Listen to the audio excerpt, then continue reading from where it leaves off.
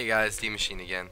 I'm bringing you guys a video today about arenas. I'm going to talk about composition, I'm going to talk about some tricks, I'm going to talk about BM hunters, and I'm also going to talk about ways to get better, ways to better yourself in arena. So, first thing I want to talk about is composition. Now, as a rep paladin, I understand that I do not have the best sustained damage. I also know that I have a lot of off-healing abilities, and I don't have the best crowd control, but I do have some. But my preferred class to play with is a warrior.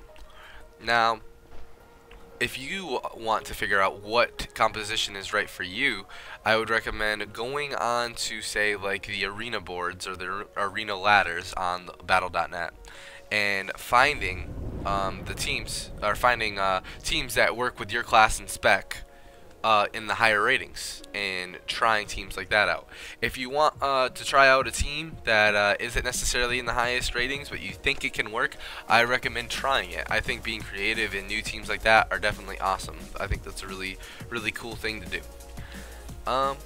So another thing I want to talk about is the new change that Blizzard did for us, and that's talents and glyphs. Now, you can change your talents and glyphs in the arena. If you're facing a team, for example, I'm facing a KFC, a Hunter Warrior Healer team, I would love to change my Double Jeopardy into Divine Protection. That increases my physical damage reduction by 20% when using Divine Protection. I like using that glyph facing KFC, Warrior Hunter Healer team. You can do that. You can change your glyphs up, you can change your talents up. If you think that a talent or glyph is going to benefit more against a particular team, I would recommend changing it up, changing things up. Now, I always run with Fist of Justice in arenas. And I use Seal of Justice in arenas over Truth. Now, they have the same weapon damage, but Seal of Truth also increases that holy damage tick over time, but I found that being able to stick on my target at melee range is doing more damage than being able to be kited and them being ticked by Seal of Truth. And not only that, I play with the warrior. When I'm on him and the warrior can't get on him, Seal of Truth slows him to the point where the warrior can also get on him with me. So that's why I use Seal of Justice in arenas. Another thing to take into consideration is Hammer of Righteousness. What Hammer of Righteousness does is it hits everyone around you for 20% weapon damage and 35% holy weapon damage, and it applies weakened blows on them. And that's the big reason why I use that, is because it reduces their physical damage dealt by 10% for 30 seconds.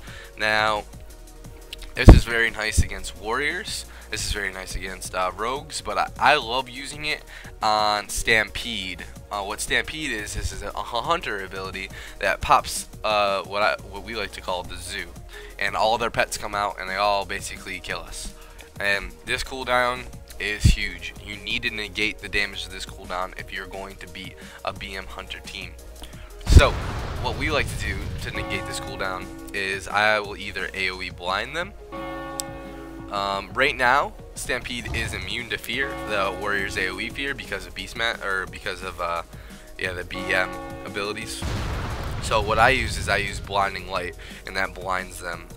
If at that point we're still in a lot of shit, what my warrior likes to do is he'll throw his banner down, which taunts all of them off of me, or usually they're on me, and then he pops his Die by the Sword cooldown, which parries a lot of the damage.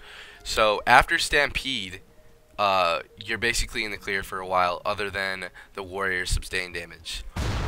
Another option that I would like you guys to consider against all these BM Hunter teams is killing that pet twice. Now, once you kill that pet twice, they can no longer pop Stampede, they can no longer off-heal themselves, and the reason why you have to kill the pet twice is because they have an ability to revive it instantly. Now, if you kill the pet twice and you sit on him and you make sure that he does not revive his pet, he cannot take his pet back out and his damage is reduced greatly. He cannot off-heal himself, he cannot freedom himself. The hunter is gimped completely, a BM hunter is gimped completely without his pet. Just an option to take into consideration. not the best option against some teams, but we have gotten a lot of progress with this strategy so far. Okay, and another way for you to better yourself in arenas is to find someone, say on Warcraft movies, or find just a high-rated arena player, watch his gameplay, watch how he communicates with his teammates in arenas, and then see what they do and what you don't do. Here's an example. The other day I was watching Vanguard's play. He's 3,000 rated Ret Paladin or something crazy like that. And he was on a target and he says, "Can I get a purge? Can I get a purge?" He has sacrifice. And that's something that I don't do. I don't look at the other player's buffs very often. I honestly don't do it. I mean, I see the animations, I can see all that, so I know when someone's popping cooldowns. I hear the horn of Stampede, so I know when he's popping Stampede, but I don't follow through on all the buffs.